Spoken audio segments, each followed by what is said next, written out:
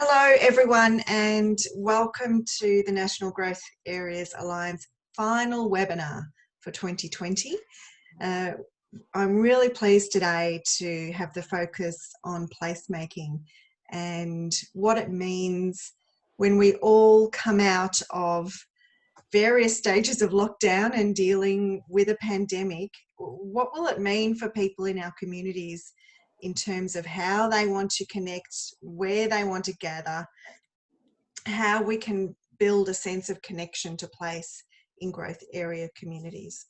So before we kick off, I'd like to acknowledge that I'm coming to you today from the lands of the Boonwurrung people of the Kulin Nations, the traditional owners of this area. I'd like to pay my respects to their elders past and present, and I'd like to extend that acknowledgement and respect to the traditional owners of lands right across Australia where new communities are being built every day. I'd acknowledge that we have almost all of our member councils represented today in our attendees list, which is great, and some people from outside our organisation. So I think it's a really good indication of how important this topic is.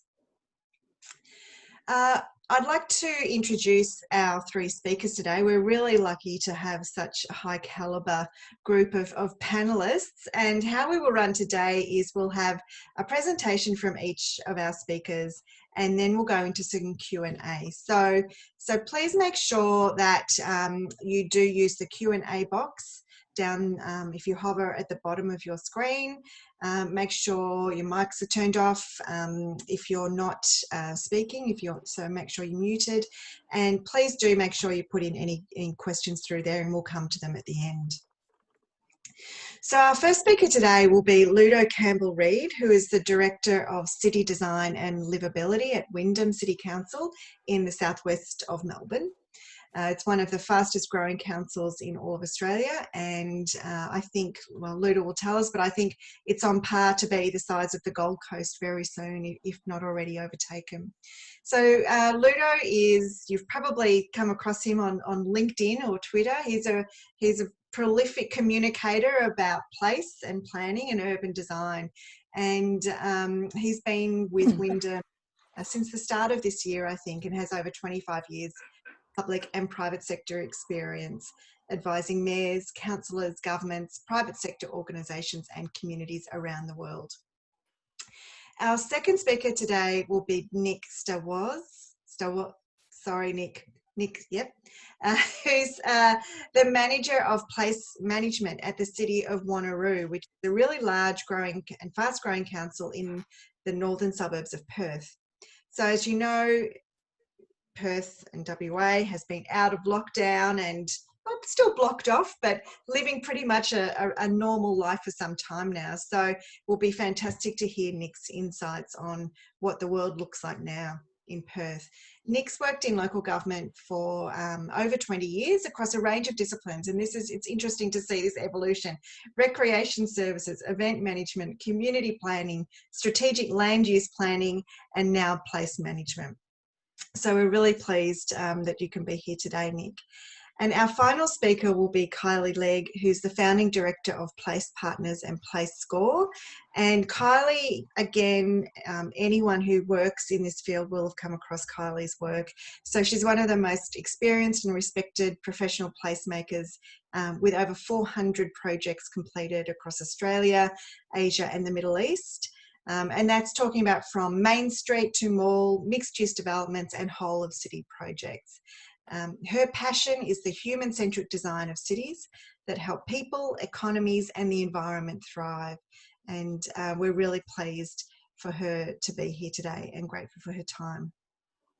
So without further ado, I will hand over to Ludo, then we'll hear from Nick, then Kylie, and then we'll have a great conversation afterwards. So hand over to you, Ludo. Thank you, Bronwyn, and good afternoon, everybody, and hi to my fellow panellists. And firstly, thank you for inviting me. I'm really thrilled to be here today.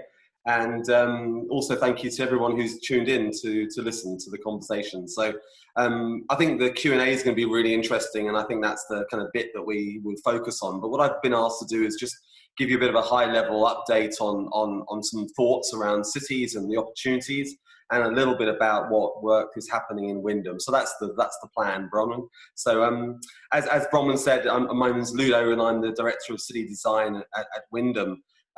We're about 30 kilometres west of Melbourne and about 40 kilometres sort of east of Geelong, so quite a critical sort of knuckle in between the two areas. Fast growing, as Bronwyn said, the fastest growing LGA in the country prior to COVID, and we'll see how things move thereafter. But COVID's hit us hard, and I guess it's the word we use oft sometimes is brutal. And you know, in terms of the things that have been occurring, you know, it's had a significant impact on our community, the health, the well-being, the economic livelihood of the city and our residents. And for many months, we've had the highest number of active cases in Australia. So, and also in the middle of the year, the highest number of sort of mortgagee, I guess, deferral requests. So you can start to see the impact of COVID is starting to take its toll. So it's been a big impact, but ultimately, you know, there's at a time of crisis, there's also a time of reimagining and rethinking, and it's also the chance for many places, many cities, to actually readapt, to reimagine, to reconfirm their direction, because the direction we were taking before COVID wasn't necessarily a great one. And I've always said to the teams I've worked with over the years is that never waste a good crisis. Now, the word good is important because I don't mean a good crisis. I mean, never waste a crisis. There is a need to think differently and respond. We are agile. Humankind is smart and will also always adapt. And so what I'm talking about is that cities, organizations are full of individuals. All those individuals make up that collective decision-making of those organizations, and they form habits. And so crises are opportunities to change habits, bad habits for better habits. And, you know, think about the Olympics. It's an invited crisis. You know, you invite the world to watch you for 6 years whilst you transform your city. You've got 6 years, and the public works that would be undertaken in 6 years would normally take 50 years in a normal city cycle. So crisis can be a moment to a positive moment. And think about, you know, a doctor tells you you've got a problem with your health. You know, it's a shock to the system, but you change. So the crisis can be utilized to mobilize, to change. And so that's something that we wanted to bring up today. And it's certainly clear across the world that certain cities, certain individuals, mayors and mayoresses, I suppose, around the world are using the moment to change their cities for the better. And in many cases, building profound changes into their infrastructure and the way they're planning their cities. So for some cities, however, it's all about how do I go back to how it used to be? And so again, there's a missed opportunity for some cities to actually think about the lessons learned and actually build back better. So for some, we move forward with new projects. For some, we do temporary projects. And for some, we haven't done anything. And I think that it all depends on the types of impacts that COVID has had, and depends on the leadership in those places. But for some, it's a golden chance to reimagine. And if you think about what's been happening around the world, in Beijing, the air in Beijing was described as positively alpine, you know, during the lockdown processes. Birdsong has been heard in cities like it wasn't before. I mean, you know, CO2 emissions are down. Rivers are cleaner than they were before. You can see fish in the canals of Venice. I mean, humankind has impacted on our environment so dramatically, on our cities and our environments. And what's happening is this real transformation that's occurring globally.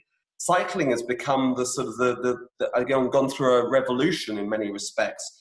You know, people are buying bikes. You can't buy a bike in most places around the world. There's 6-month waits now.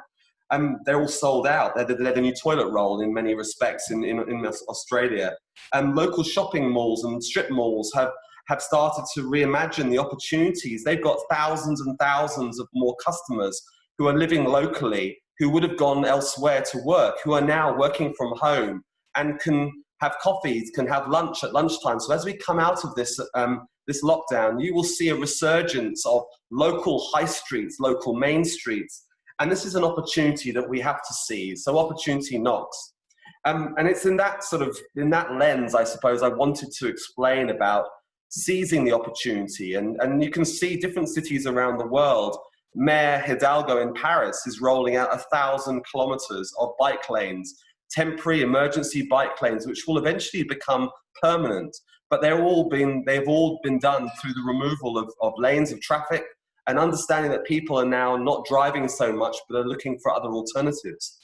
In Boston and in places like Vilnius in Lithuania, outdoor dining, al fresco dining has become a huge lifeline for local businesses in terms of vibrancy and livelihoods. And so you can see that certain cities are embracing the opportunity. In Germany as well, they're extending platforms on railway stations. They are putting on more trains. Critically, with the drop-off in public transport, you've got to keep the frequency going. Otherwise, people will revert to other methods, which usually would be the car. And so this idea of Carmageddon is going to happen if we're not careful. As we emerge from lockdown through this euphoria, we'll all get back in our cars because we're not going to be on public transport. So what I'm trying to say is that there is a huge opportunity, and I guess it determines the type of city that you are in terms of how you respond. So in Melbourne, and therefore in Wyndham, where I'm working, we've got a COVID recovery plan, a community plan, which our CEO, Kelly Grigsby, is leading. And we've spent the last 2 weeks in roundtables with businesses, all walks of life, all sectors, to really understand what they are needing. Not just what they need now, but what they might need into the future. It's not about just rebuilding what we had from the past, but how can we change our services and products to actually respond and serve the community as they would require. And so this is really an exciting program over the next month or two, which we've been undertaking over several months. But we've come to a point where we're going to replay that sort of story back to the community and to rebuild a community recovery plan based on what the community needs. Now, it's a huge program, but I just thought just to touch before I go, I've got 2 minutes, Bronwyn, I think, just a few key aspects of that recovery plan. The first one is really reimagining the future. Now, we in Wyndham have 80% of Wyndham's urban development currently happens in the greenfield growth areas. So out of town, quite auto-dependent areas, greenfield land.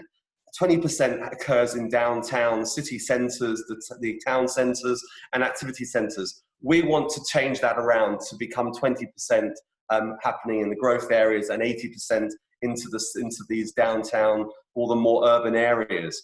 Now, the challenge obviously is the way in which the planning system is set up. But this Wyndham plan is what we're calling it, a 20-year future-focused plan, which is going to have to tackle the integrated concepts of planning and transportation and bring those together as a 20-year program with the idea of the 20-minute city at the epicenter of the plan, as well as the idea of the polycentric city model being rolled out.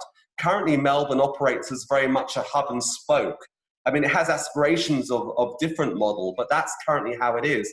The majority of people go to the centre and then come back out. We have members of our community who spend 2 hours in a car on super commutes. They have no time for life, no time to spend with their children. We need to turn that on its head. And COVID has exposed the opportunity to do that. And so we are looking at a whole new program around that. So it's an exciting piece of work which we are leading forward. The second piece is an economic recovery plan. The economic recovery plan has primarily focused on something called a Win Local package, which was a $5 million program of grants available to help small, medium enterprise and businesses to take them through the pandemic moments. So that's been a very big focus of the organization.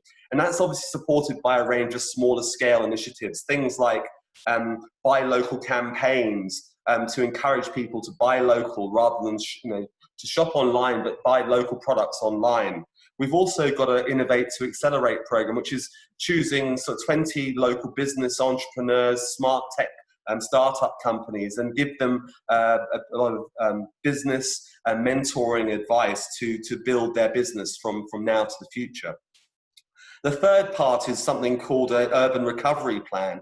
Like many of you, you'll know across the growth areas, we've had a lot of inquiries around, firstly, starting up businesses. How do we do that? People have been are out of work. They want to change the jobs they do. They're coming to us asking us for advice on on how to set up companies, new companies. So that's within the homes. So that's really the bit around the working from home. A lot of people have come to us asking, how do we adapt our properties, our homes, to actually include the idea of a good piece of working from home environment? Because the quality of one's working from home environment actually, in many respects, I've found determines the quality of life in terms of people's, in terms of dealing with the COVID situation. Those of you working at home in the kitchen with the dogs sort of, jumping up and down and the children back and forward, it's not a great working environment. So people are asking us how do they convert their homes? So that's a really interesting piece. The fourth part and the final pieces are the idea of a public life recovery plan.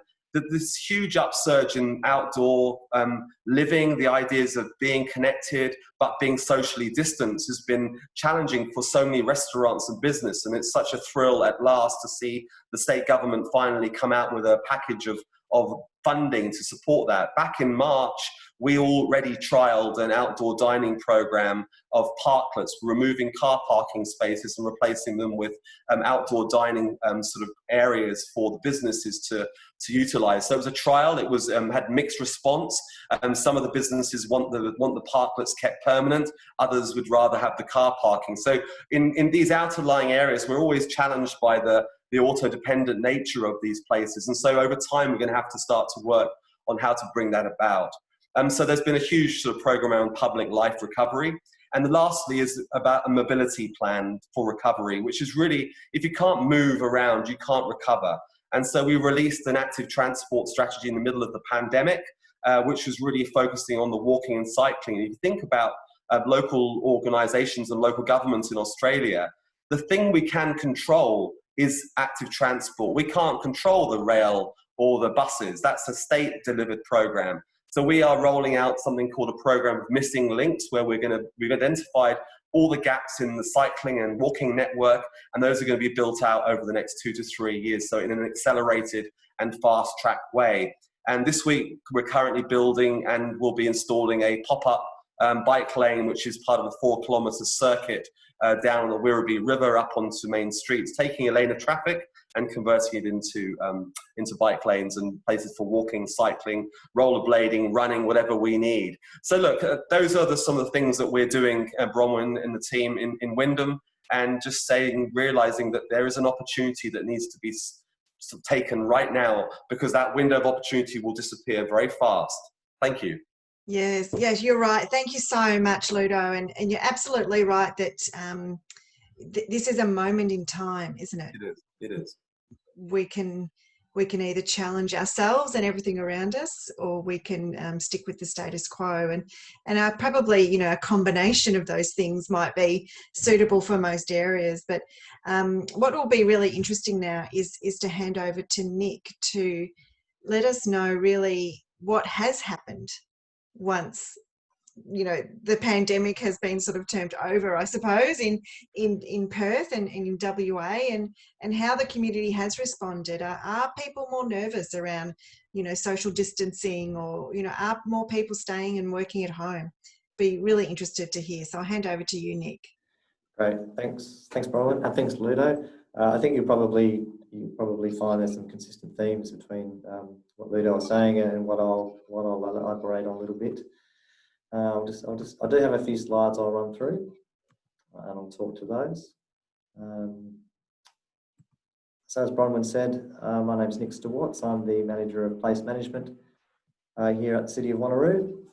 We're a relatively new team here at Wanneroo. We've only been in place for a couple of years, and Council endorsed a place framework and place approach back in mid-2018. So placemaking and place activation is relatively new here at Wanneroo. For those that aren't familiar with our council area, we are quite a large outer metropolitan growth council, 684 square kilometres, quite significant new development, driving population growth over an extended period of time, predominantly up along our coastal line there. So our population is projected to double the next 20 years. We do have quite a diverse community, living in a range of urban, suburban and rural landscapes. So that in itself, that diversity and that growth brings a lot of challenges when it comes to placemaking, place management and place activation. And COVID-19 obviously brought its own set of challenges in that regard. So what happened to us in COVID? So when it first hit here, the initial response was quite dramatic, particularly in relation to place activation and matters impacting on how we activate spaces. So a lot of our large community events were cancelled, all of our facilities were closed, community hubs were closed, all of our services and programs that usually involved our community were put on hold. And a lot of our efforts were redirected towards focusing on supporting vulnerable sectors of our community and business community as well. So it pretty much felt like, bang, we had to close everything and work out what it was that we were doing. However, beyond that initial kind of drop off the cliff, so to speak, we started to see some really interesting trends emerge.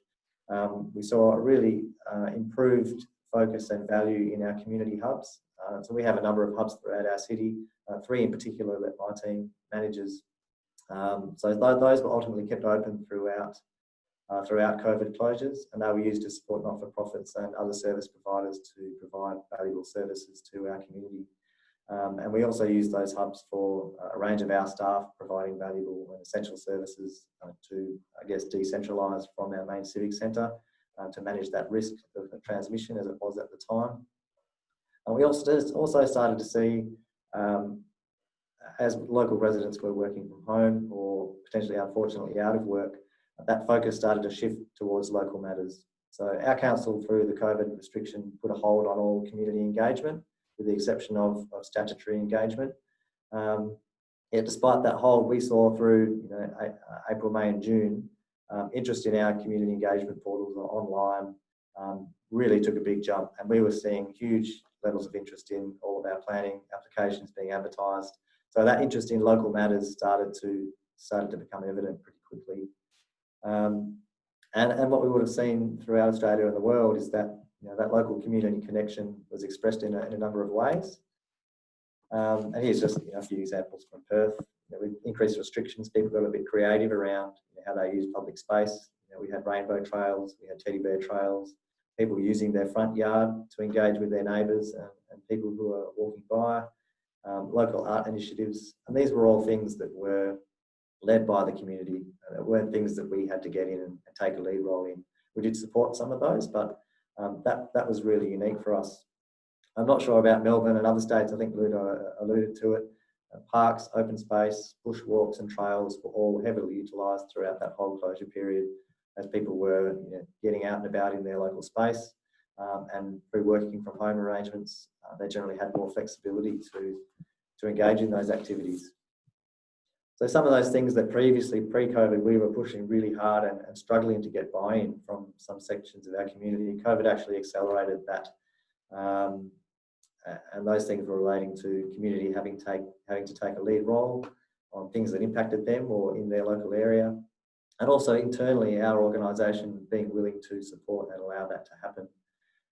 So this basically supported all of our objectives in our social strategy, in our strategic community plan and our place framework around moving towards how we do business in a more community-centric place management approach, as opposed to doing everything for the community ourselves.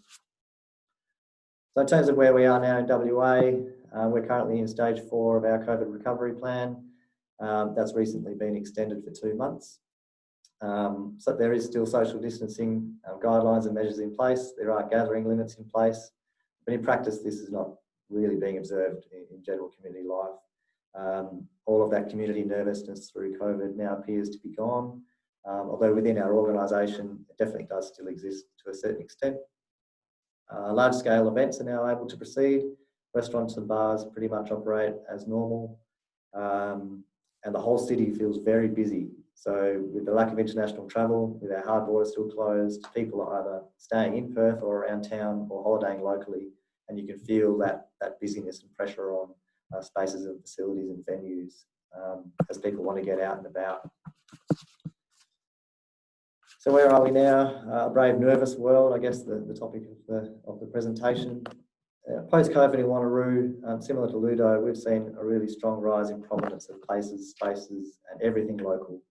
In particular, parks and open space.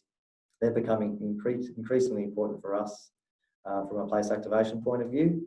I saw the results yesterday or the day before from the COVID-19 Audience Outlook Monitor, which collects stats on how audiences feel about attending cultural and arts events. And in September 2020, WA audiences rated open space or parks as their top preference for where they would like to experience those sorts of events, provided their space to spread out and distance from their peers. So we've seen that heightened level of interest translate to a lot of our programs. We've got a food truck program which seeks to activate underutilised areas of open space. So that's been really strongly taken up by our community, and our council has reviewed that approach to more, I guess, strengthen the approach on place activation and local content. We've also seen a holistic review of our community event program. So previously we provided 4 big events per year in some of our larger venues throughout the city. That's now been completely flipped, and we're delivering 12 events across numerous spaces across the city. Again, with that really strong focus on local content, local residents and local spaces. So that whole theme around supporting and buying local has basically transitioned through all of our city business, from economic recovery, community recovery, purchasing and procurement, grant funding, and community and business support. So we've found, I guess Ludo mentions this as well, having activation projects or recovery projects ready to go as the community emerges from COVID is really important. Capturing and building on that really strong sense of connection to place that residents have found and we've experienced through that period is really important.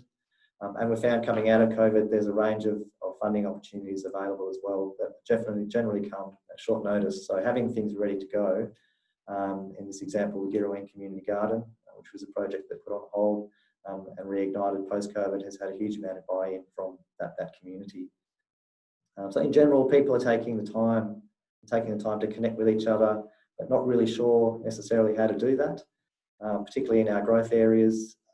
We're seeing a lot of new and emerging communities, but the planning system and the planning design doesn't necessarily support that connection in the community. A lot of large houses on small blocks, driveways in and out, and not a lot of opportunity to interact with their neighbours. So capturing that goodwill and positive behaviour that happened through COVID is really important. So community, we're finding the community wants to do things for themselves. We've got to make it easy.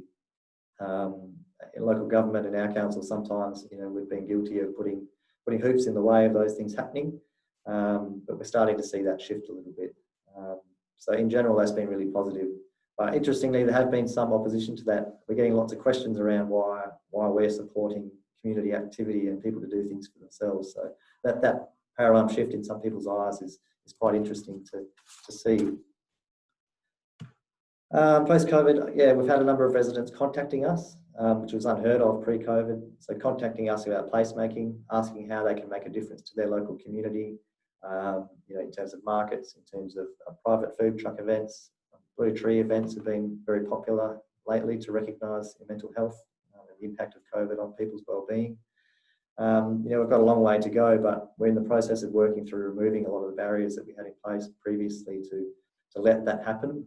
It's a bit embedded in our strategies, but as I mentioned earlier, this is an early journey for us, so we're still in the process of enabling that to happen. But seeing all of the positive outcomes of that through COVID has really loosened the reins a little bit in our council and allowed us to focus on what actually matters in the community. So focusing on finding local residents that want to make a difference and supporting that to happen. Our approach is not being to get out there and do it for our community. We're taking a very personal approach and meeting with as many people as we can to support what it is that they want to do, and then internally, trying to remove those barriers. Probably just lastly, in terms of business impacts, we've found it really difficult to re-engage our business community post-COVID. Obviously, that's had a huge impact on the viability and functionality of a lot of our local business. Pre-COVID, we were getting a lot of buy-in from our business community in our main activity centres in looking to activate and create positive public spaces. But this just shows some examples of some survey work we did with our business community during COVID. They really are focusing on managing themselves and focusing on making sure that them and their employees have work. So our focus around business support has been really around just funding and education And our economic recovery plan identifies place activation and activation planning as more of a medium long-term action. So in summary, yeah, I hope that's provided some benefit. COVID's been really enlightening for us at Wanneroo. It's really highlighted the importance of local places and spaces. The key learnings from me, focus on that local, look at how you can promote activation of parks and open space as a priority. Try to be ready to harness that positive wellbeing and initiative in the community coming out of COVID. If you've got projects that are ready to go, look to how you can engage community members in those. And finally, give local business some time to readjust. They may very well be focusing on what they just need to survive at this point, but looking how you can support that and then in time transition that to more of the public space activation is the approach we're taking. In general, any sense of nervousness that we've seen in Perth it feels like it's pretty much gone. Things are starting to happen now, and certainly with that hard border closed, that's provided a lot of people with comfort that it's safe to get out and about. So yeah, thank you very much, Bronwyn. I look forward to hearing the rest of the discussion. Great. Thank you so much, Nick. And, you know, it's really, I found that really reassuring that people, you know, that sentiment that evolved when, you know, we're all in this together and, you know, it's continued. And I think that's wonderful. What a relief that that's happened, I suppose. Yeah. Not that we've all just shut down and, you know, created other and that sort of thing. So fantastic. Thank you very much for those insights. And I'll turn to Kylie now, who's really got, I think we'll have a great flow on from that conversation about local and how do you know what people want these days. And, you know, as Nick said, their digital engagement went through the roof. And so Kylie's got some great insights on that too. So thank you, Nick, and I'll hand over to Kylie. Thanks, Bronwyn.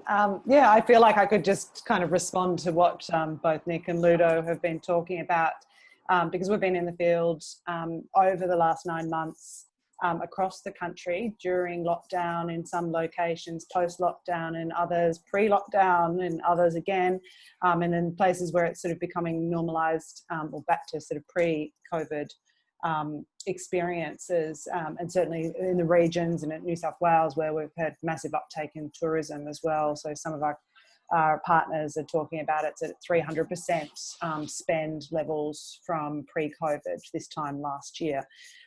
So I think things have changed. It's whether or not they're going to stay changed, I guess, is the question.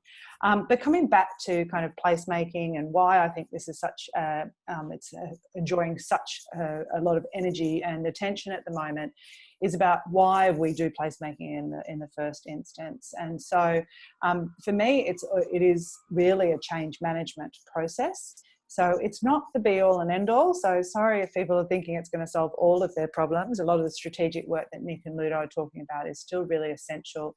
But really it can be looking at your environment at a systems level, which is that big strategy, right down to your main street. But in the end, kind of, I guess we're trying to achieve two things. We're trying to attract more people to our place, especially in anything that's commercial or competitive. And we're wanting to get them to stay longer, potentially spend more, share, and from a neighbourhood side, which I'll talk about as well, is about that socialisation, which is actually really important, particularly in building resilience. What's, I think, interesting in both of the situations that Ludo and Nick's areas are in is it's not just about making a really big magnet and expecting everyone to come. It's actually about overcoming the barriers. So in Western Australia, there's less barriers. You know, it's less frightened. I'm really watching carefully. We've got a number of projects going live in the next month in Victoria to see how that community actually how and will it bounce back and will it always be different? It is in a very different situation. I feel for that community in a way that I, you know, have never felt for any community in this country that have gone through a real trauma. And I'm not sure that lots of pop-ups and things are the only way to solve this problem. So I loved Ludo's 4 sort of pronged approach. So how do we think we can help? Well, it's by getting better data, and that is because right now, perhaps more than ever, again, we can't waste time, resources, or money on doing things that aren't going to have a positive impact on people, whether that's be short term or long term. So from the beginning, when we've developed up what I'm going to talk a little bit about, the data we've been collecting at Place Score, is to collect information from your community that kind of breaks the back of this project by project engagement methodology, and actually looks at the data we collect from community as a really valuable resource that can't be wasted, and that we can utilise, as I said, multiple projects over multiple years. We're working at two scales that I think are of interest to the conversations that we're having at the moment, really down at that micro level of sort of helping build self-sustaining streets that attract people and that they want to spend time in, and making more livable neighbourhoods. Where the difference is between kind of what we do and other systems is we trust the human beings in our environments to be able to make decisions for themselves and to get that really local data that we can draw down on. So part of that is understanding shared values as well as differences. This really for us is going, we know that human beings are quite unique, and in most traditional engagement, it's kind of that self-selecting. So we want to be able to do a cut through of your communities and then be able to pull down. So this is actually something we did for a client that is looking at actually attracting millennials into their LGA. So they wanted to see what it was like for different groups of millennials based on their ancestry and background, and how they could match their offer to what it was that those community members really actually valued. We're also measuring the performance of streets at this point and being able to see what different users. So here you can see this is Chapel Street in Melbourne pre-COVID. Residents versus workers are scoring it very differently, and then being able to deep dive into the data to see why that might be the case. In this, it was a lot around opening hours, that people were working 100% employment out of area, and then they get home and the cafes were closed because they were servicing workers. And then having this sort of unbiased place priorities. Again, this isn't the time to be having a fight about what should happen first, and having those embedded kind of incumbent beliefs or anecdotes saying, no, this is the problem that needs to be solved. So in these kinds of data sources, we kind of take that away, and I've taken lots of this to workshop, and it's really powerful tool to say, okay, this is what most of your community cares about. This is what's performing well. Here are the things that universally we think are priorities that are highly valued but performing poorly. So let's concentrate on those. And because you're here in the room, you're actually helping us solve this problem on behalf of the community, not set the agenda on behalf of the community. And that's quite a big distinction when we're talking about engagement. We've been doing a lot of this kind of work again, really trying to maximise the impact of any spend, particularly in main streets. So this is taking our data and then providing the additional advisory if you don't have it in-house. And a lot of these in New South Wales have been linked to the Department of Planning, Industry and Environment's Streets as Shared Spaces grants that are being delivered, so that we can kind of help say, well, this is the thing that will improve your place experience. But then even more importantly, that we can actually track the impact of the money that you've spent.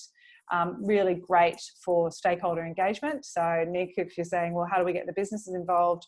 A lot of these items are not in council's remit, so it becomes a tool to go and say, hi landowners, hi businesses, or hi state government agencies, here are things that are performing poorly that are really important to our community. How can you help us? How can we partner with you?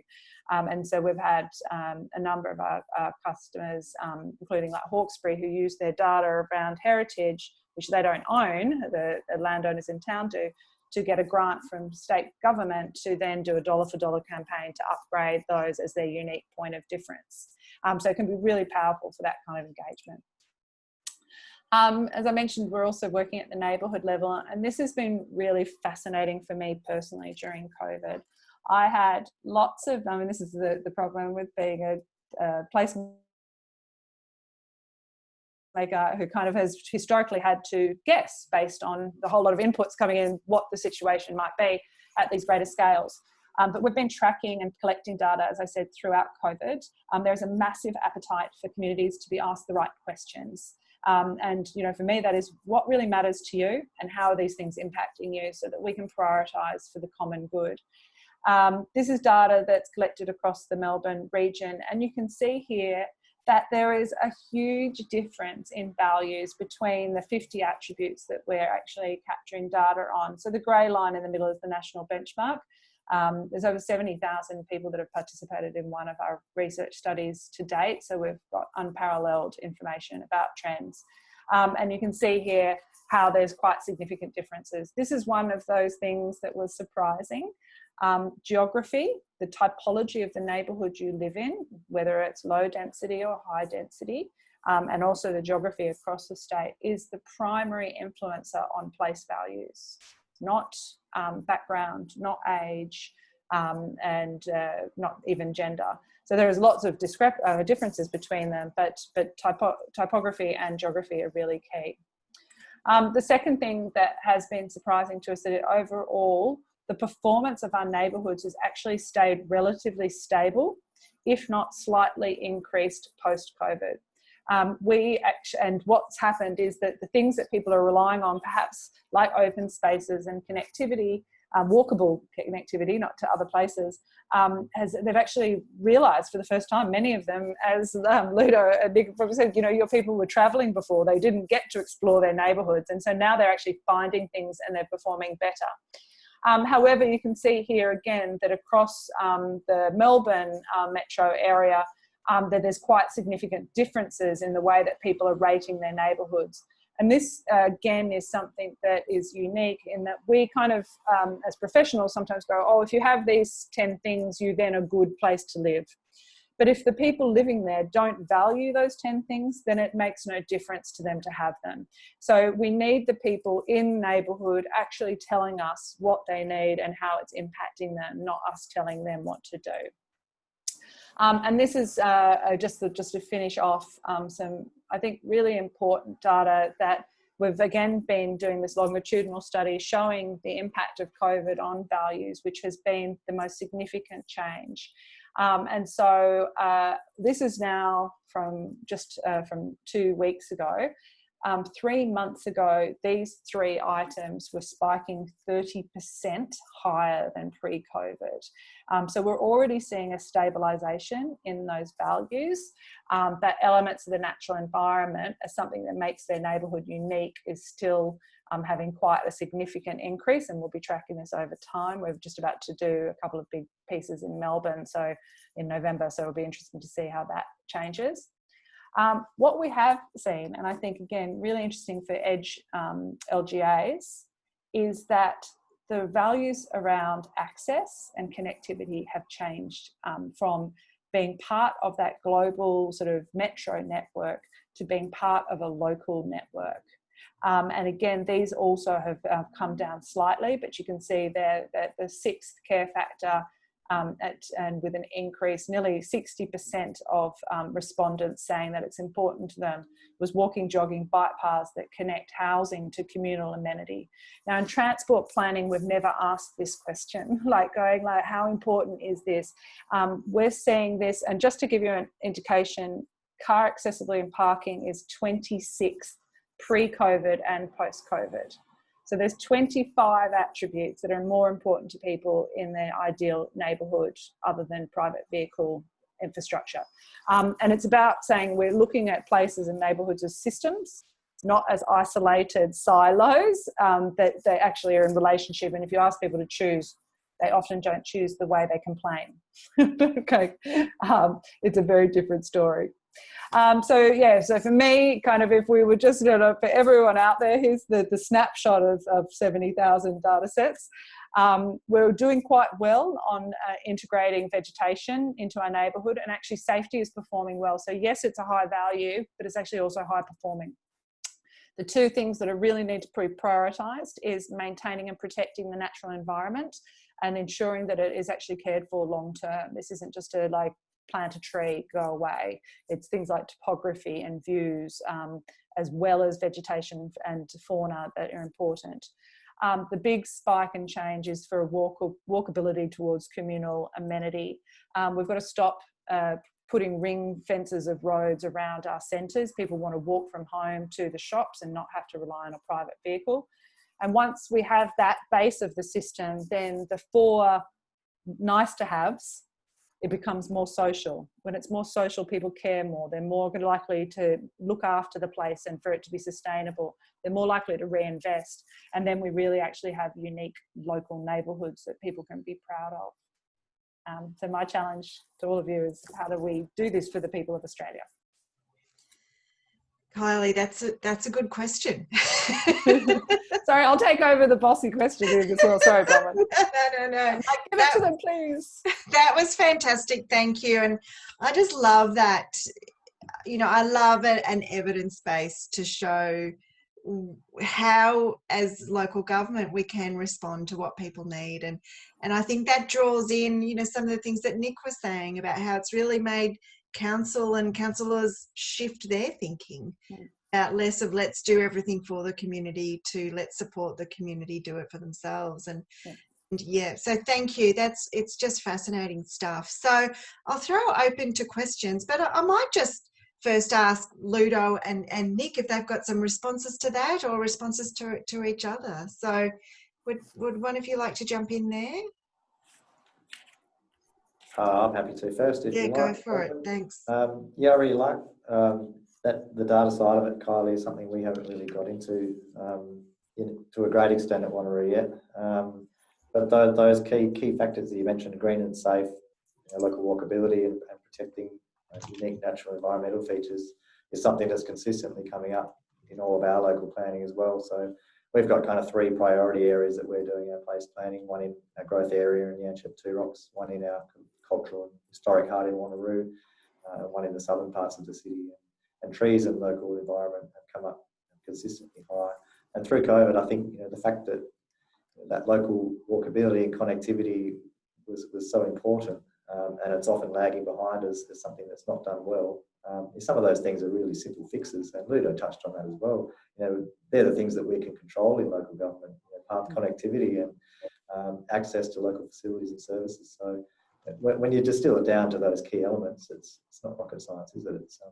Yeah, but it's interesting though, because we've known for a long time that these things aren't strong, in particularly in new big master planned environments, because of the hierarchy of government, etc., in terms of ownership and the delivery of early infrastructure.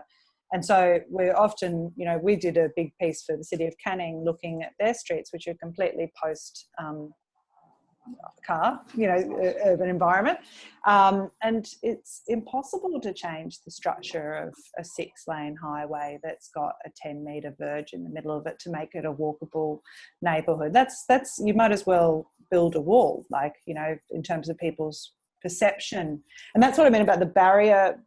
You can have a beautiful town centre on the other side, but if the barrier is a 6-lane highway, that's a very, and I'm looking at that, and then I'm looking at my car, and I'm looking at the 2 kids, and I'm thinking about the shopping. I'm in the car. I'm already done, right? The barrier is way too big psychologically, even if, and people then go, oh, make a bridge. And I'm like, yeah, no, that's not going to work either. So how do you, I think it's a real challenge for you guys because of this sort of incumbent role of planning and how we deliver infrastructure to break that. It's an interesting point, Kylie and Nick, and we could talk about this for days, because this is kind of this is my passion. This is why I kind of get up in the morning. But I just wanted to reflect on a more private thing. Is that I bought my wife a e-bike about 4 weeks ago for her big birthday, and it's changed her life.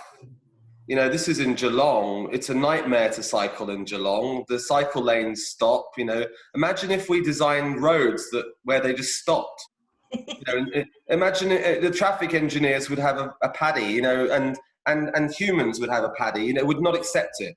Imagine if we put poles in the middle of our streets. Imagine if the curb and channel just stopped. The paving disappeared.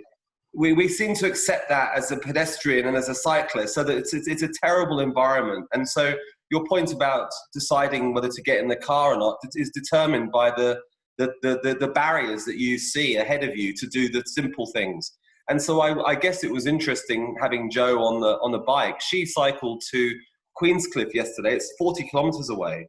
She doesn't like to sweat in public, you know. She's, you know, it's kind of, that's who Jo is. And she said to me yesterday, she's lost 2.5 kgs just in the last 4 weeks having an e-bike, because it's taken away the car. And she's got the car, but she doesn't need the car every day. So I think sometimes it's taken away the barrier, like that perception that it's hard. And so, yeah, you're right. Like, the more, I mean, people say going, if you want to design a city for cars, or, you know, like, then you make more roads, and, you know, and if the same thing with people going, the thing that people don't like are cars, are, you know, hot spaces, uncomfortable places. So if you want people to come to you, then you have to make it attractive to them.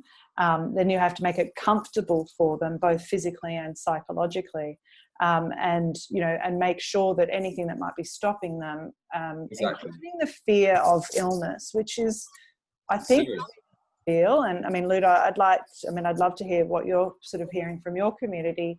Like, in one way, they're desperate to get out, but then at the same time, I'm like, you know, how much is that, you know, that fear going to be actually impacting their decision making? And it's going to be quite unconscious, I think, as well. Like, you know, the bias, like, are they going to go to shopping centres at all? Like, you know. Well, I mean, as I was saying, I think before we started, but I actually went to a cafe today for the first time in months and months and months. And the guy behind the counter asked me if I wanted to take away or dine in. And I just, you know, I had a bit of a moment and actually just took it away, went outside, because it did feel really strange to think about sitting in a cafe.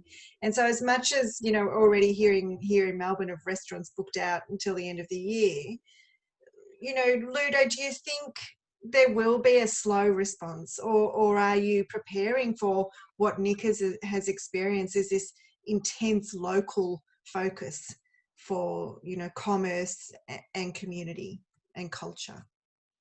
Oh, great question. Look, I think it all depends on the culture and the place. And so, you know, I spent the last 14 years of my life living in Auckland. Life in New Zealand is back to normal. Nothing has changed. They're doing the same stuff that they were before. They're fighting on, building bike lanes, building the stuff they were doing. Nothing has changed. And so, but there will be the COVID has a long tail. And so, you know, tourism is a massive part of New Zealand's economy, and that overseas travel is down. But there are parts of the world and parts of Australia where people are returning to normal. I think we have to be prepared for moments of spikes that are going to come back and forward. And then it's about, you know, keep on building that resilience. And so whatever that means, you know, Kylie talked about this earlier, cities are really complex, and trying to solve cities with binary solutions will never work. We have to build more resilience into our communities. And so resilience is also about choices. And at the moment, choice is determining people's decision to go on public transport or not. If you don't have other options, you're only going to take the other level of choice, which is to drive. This has never been a war on cars. This is just simply about building a balanced transport system. And smart cities around the world, as I said, are building the system. Dumb cities are not building the system. They only build one element of it and then assume everybody, you know, is going to work and jump in different types of travel. So look, I think it's a really good question, but it's really difficult to understand exactly how we're going to do this. I don't think I'll go back to work full-time again, as in full-time back in the office. Yeah. I will be working from home. Working from home has been legitimized. It's not easy. It's hard work. It's hard to be focused all the time. It's not someone taking a sickie and having a day at home. This is hard work, but I think you can be more efficient, you can be more productive, and it's about the balance. So I think the future is about more agile cities, more localism, and that's good for us, because these are the things that some of us have been fighting for our entire lives, and it's been presented to us on a plate. But it's about leadership now, political and professional. What are we going to do? And I think that's the question for politicians as much as anybody. I think you're right, and I suppose just to wrap up, I might go to each of you, and say, you know, first to Nick, I mean, the changes that you've spoken about, what's your sense? Are they permanent? You know, do you think the way council operates has changed and the way council connects with its community? Do you think that's a permanent change? Yeah, look, for us, the whole place approach is a bit of a journey, and we're in the early stages of that journey. I think we are at risk of just falling straight back into what we've always been doing. And because of that long tail of COVID, I think it's really important to capture and understand what people really value. And then when it came down to it, in the crux of it, when we were all isolated and doing the best to keep ourselves safe, what you really value are A, B, C, and D, and it's only a handful of things. And they're the things we should be focusing on in the first instance if we can, because I think some of them are really simple and others are obviously more complex. But yeah, as things do get back to normal, we shouldn't lose sight of that. And I think that's certainly something my team's trying to do. Kylie, what do you think is here to stay? I think people have, I mean, from the community's perspective, I think they have kind of refound their local neighbourhoods and what it means to be in community and in family again, and kind of in, you know, in the home, which I think they've missed. I think what I'm seeing from government is a level of openness that are 20 years of placemaking, of trying very hard to shift the Titanic. People, you know, just going literally, you know, probably for 4 months, none of the people that I was working with could even answer the phone. It was like, I've never seen a whole industry just go into complete deer in the headlights. And so as I think as we've started talking more and more, it's like going, well, the systems and the agility that is needed to deal with crisis is something that won't be ever forgotten. We've learnt that now, and how open and responsive we are, and how good at listening to the community, particularly to the business community. I'm a small business. I've been doing a lot of work with small businesses over this last 4 months, and what Nick was saying, I think, is absolutely essential. Going, if they're not ready, you need to hear that and give them the time and space to get safe enough to actually participate, and not see it as a failure if they say no, because people are actually have gone through a lot of trauma, both personal and professional.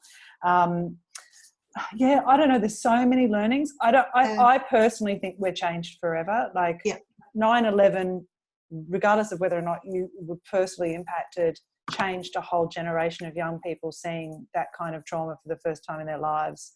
And I think this too has. It's going to be very hard to see. It's not just the physical thing. It's not the medical. It's actually, there's going to be a social and psychological impact that I think, we're a long way off knowing what that means. Yeah, you're right. Yeah. And Ludo, just a final word from you then, and it just tying together a few things there around response to crisis. And you think 9/11, yes, but I think 10 years ago, or 11, before Black Saturday bushfires here in Victoria. Yeah. And how council operations have changed permanently in response to natural disaster and response and management. And so a final word, Ludo, what's here to stay from what we're going through? I think it all depends on the lockdown. I think it all depends on the scale, the severity, the scenario of the lockdown, because some places have had one lockdown and then that was the shock and they've gone back to how they were before. Some groups are in a second lockdown, and what happens in the second lockdown is you form new behaviors and you form new habits, which actually start to become habitual. And actually the new norm is working from home, whereas I'm thinking, well, gosh, it's going to be weird being back in an office again and driving to work again. So all these things. So I think we'll start to see a splintering of two types of cities. Cities that have gone through, in fact, three. One that has been minimally impacted, which goes back to normal. The second group is a group of cities that will do things temporarily and then will shift backwards again. The third group is the cities, I think, of the smart cities, but cities of opportunity that have decided, actually, I've learned so many things about this, about myself, my community. I've talked to community members about things I would never have asked them. Not often would I go and meet a business owner and say, how are you? How's your family? How are the children? Before I start asking them about the business. And so it's created linkages that I would never have dreamed of having. So I think there's three types of responses. And I think that we'll start to see cities spread and splinter apart in terms of the different approaches. So I think it's going to be a really fascinating time. But for some of us, I think it's the biggest opportunity that we've ever seen in our lives to build sustainable communities. That's probably the best way to end it, really. Crossed, fingers crossed. Well, thank you all very much. I think that's been a fantastic conversation to bring a few different viewpoints together and a few different experiences together. And what it says to me as a national alliance is that we've got a lot to learn from each other, especially as we're all in different stages of this recovery process. So thanks, Nick. Thanks, Ludo. Thanks, Kylie. Really appreciate it. And thanks to everyone who attended. And yeah, see you later. Thanks. Bye, everyone. Thank you. Yeah.